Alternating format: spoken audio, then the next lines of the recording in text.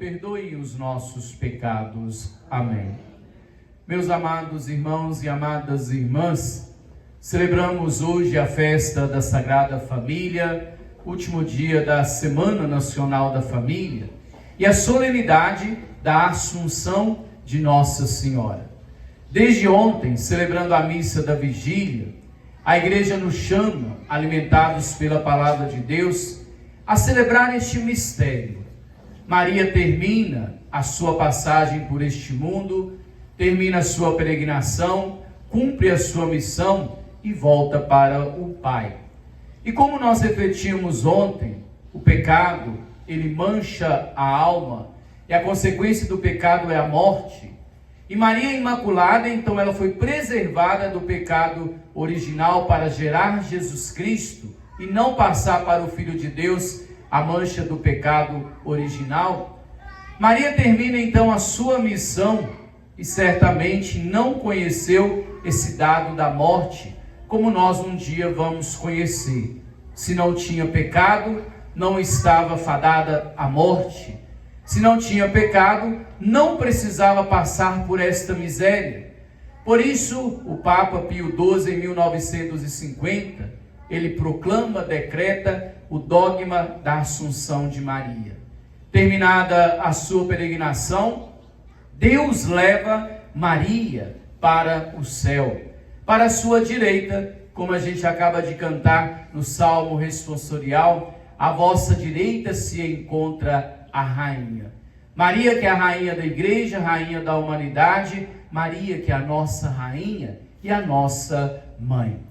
Celebrar a Assunção de Nossa Senhora, dizia no início da Santa Missa, é celebrar um Deus que antecipa em Maria aquilo que Ele reserva para todos nós, embora somos marcados pelo pecado quando nascemos. No nosso batismo, Deus apaga através do Espírito Santo o pecado original da nossa alma e nos devolve a nossa filiação divina e nos chama novamente a fazer o caminho da salvação. Nos chama novamente a resgatar a imortalidade da alma, a amizade com Deus, a nossa filiação divina. Deus faz a sua parte e agora é a hora de fazermos a nossa parte.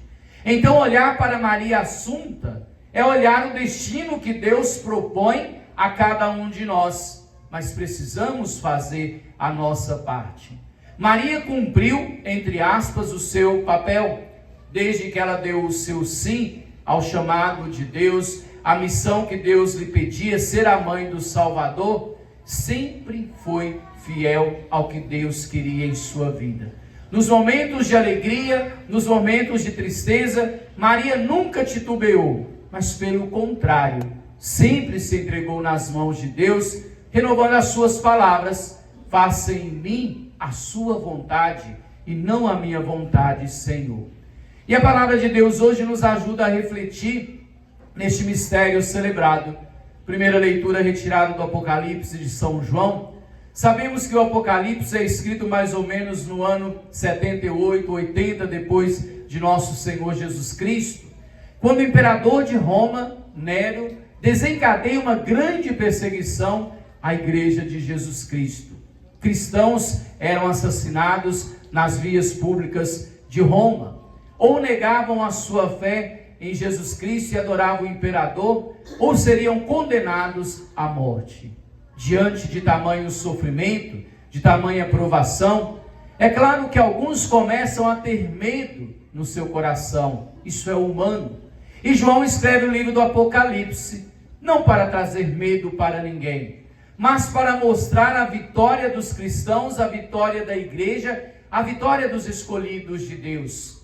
E a primeira leitura nos fala justamente de uma mulher que estava revestida de sol, a lua debaixo dos seus pés, a coroa na cabeça com 12 estrelas, e essa mulher estava pronta para dar à luz um filho. Na sua frente estava um dragão, e o dragão queria devorar o filho daquela mulher assim que ele nascesse.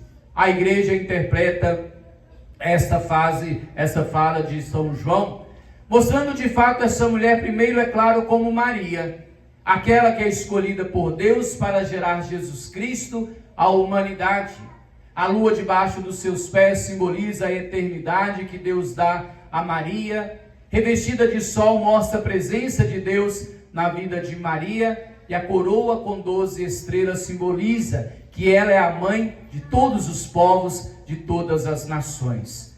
Mas trazendo esse evangelho para nós, igreja, essa mulher simboliza a igreja de Jesus Cristo, que tem a lua sobre os pés, ou seja, a eternidade. A igreja é portadora da eternidade, porque essa é a vontade de Deus.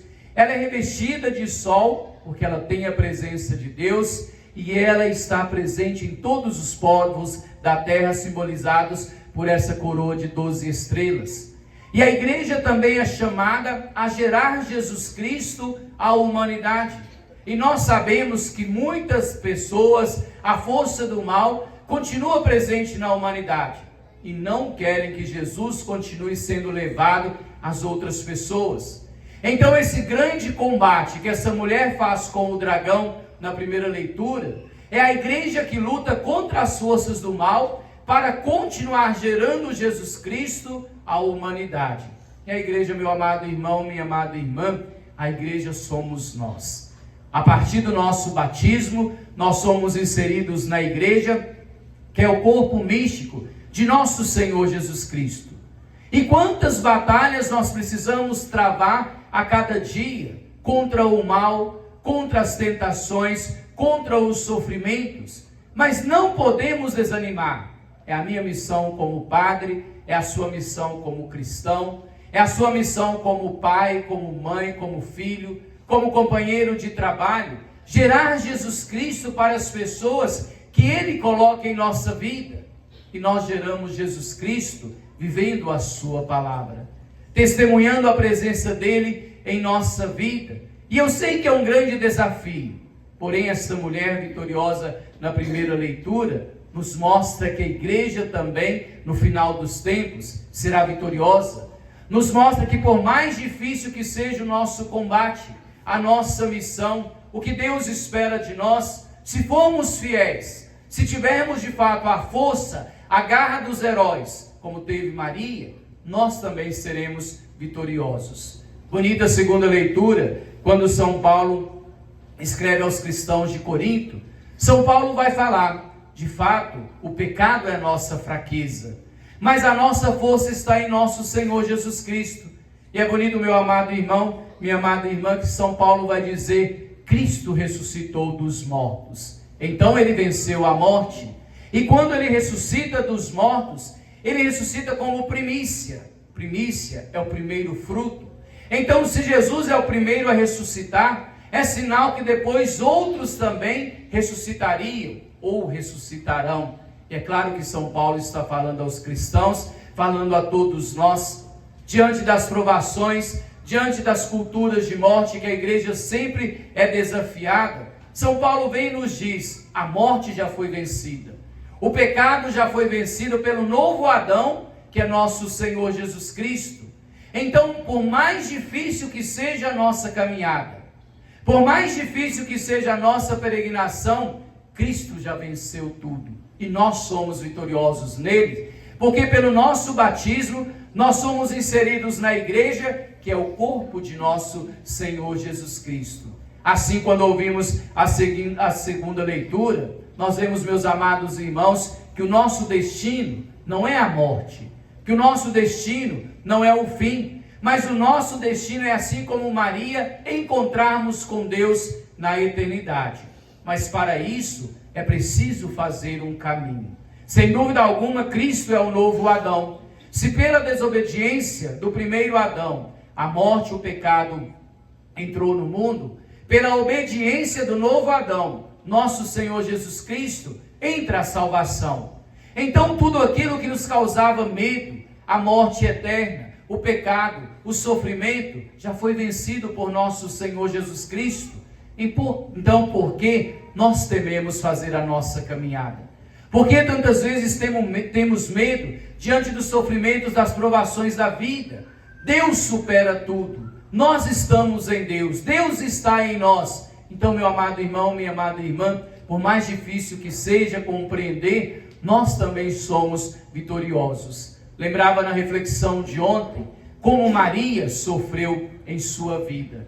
Desde o seu sim dado a Deus, e ela deu um sim para ser a mãe do Salvador. No Evangelho de hoje ela mesma vai dizer: e todos me chamarão bem-aventuradas, porque o Senhor realizou em mim maravilhas, olhou para a minha humildade. Mas quanto sofrimento Maria passou. E por que ela não desanimou? Porque ela sabia que Deus não iria abandoná-la. Ela sabia que Deus era a sua força. Ela sabia que Deus estava com ela, não só no momento da concepção de nosso Senhor Jesus Cristo, mas até o seu último instante. E aí nós podemos dizer, meu amado irmão, quando Maria termina a sua missão, a morte não veio buscá-la, mas quem veio buscar Maria foi de fato o nosso Deus. E é isso, quando nós terminamos a nossa peregrinação, não é a morte que nos busca, é Deus que vem nos buscar para a eternidade. A morte foi vencida, ela não tem mais poder sobre nós, como não teve poder sobre Jesus Cristo, como não teve poder sobre Maria, e não tem poder sobre nenhum de nós. Nós somos de Deus. E é isso que o Evangelho de hoje vem nos ensinar. Logo depois da anunciação, quando Deus envia a Maria o anjo Gabriel, e o anjo diz: Maria, você foi escolhida para ser a mãe do Salvador. Era um mistério se encarnando, era a promessa se realizando, e Maria se coloca nas mãos de Deus, e o anjo vai lhe dizer: e olha, Isabel, a sua parenta, já em idade avançada, ela já está no 6º mês da sua gravidez. Maria sabia da fragilidade de Isabel, e ela não pensa nem um instante, ela não titubeou em atravessar vales, colinas e montanhas para ir ao encontro de Isabel, para se colocar a serviço. Olha que bonito. Maria, ela nos mostra a sua simplicidade. Ela se faz serva mesmo sendo a mãe do Salvador, mesmo sendo escolhida por Deus para ser a bendita entre todas as mulheres, para Deus fazer maravilhas em sua vida. Maria não preenche o seu coração nem do orgulho, nem da vaidade, mas da simplicidade e do serviço. E quando ela chega diante de Isabel, um encontro epifânico, ou seja, a manifestação de Deus. Maria não foi sozinha. No seu ventre, ela levou o nosso Senhor Jesus Cristo. E no ventre de Isabel estava João Batista. E o próprio evangelista Lucas vai dizer que quando elas encontraram, João Batista pulou de alegria no ventre de Isabel, porque ele sentiu a presença do Salvador. Ele sentiu que ali estava a presença do próprio Deus. E no encontro de Maria com Isabel, não é simplesmente o encontro de duas mulheres, não é simplesmente o encontro de duas primas, mas é o reencontro de Deus com a humanidade, do Criador com a criatura, do Salvador com os filhos e filhas de Deus marcados pelo pecado. Isabel então se enche de alegria e diz: que honra para mim receber a visita da mãe do meu Salvador. Amados irmãos, amadas irmãs, é uma das identidades para nós que somos católicos, receber constantemente a visita de Maria, a mãe de Jesus Cristo, a nossa mãe. Quantas graças nós recebemos em nossa vida, porque Maria continua sendo serva. Ela serve a cada um de nós, servindo a igreja, servindo a Jesus Cristo.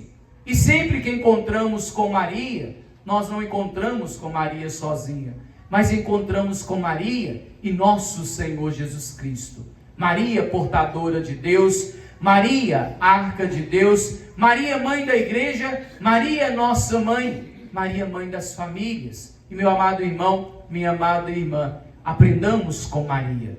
Se nós queremos um dia também estarmos no céu, precisamos fazer da nossa vida uma grande doação, um grande serviço ao próximo, porque quanto mais nós servimos ao irmão, mais nós estamos servindo a Deus. Maria compreendeu isso e fez de toda a sua vida um grande serviço aos irmãos, principalmente aos marginalizados, aos mais frágeis, que são representados por Isabel.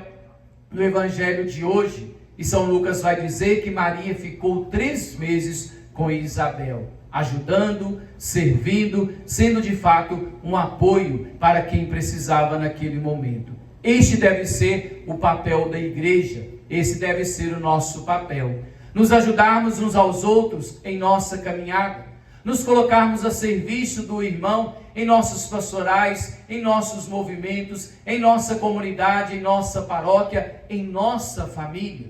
Mas para isso, meu amado irmão, é preciso esvaziar os nossos corações. Esvaziar os nossos corações do orgulho, da vaidade, da tentação de querer ser melhor do que os outros. Maria, de fato, trouxe o rei na barriga, mas nem por isso ela se sentiu melhor do que os outros. Diz um ditado popular, quando a pessoa se sente muito importante, que ela acha que ela tem o rei na barriga. E quantas vezes nós somos assim?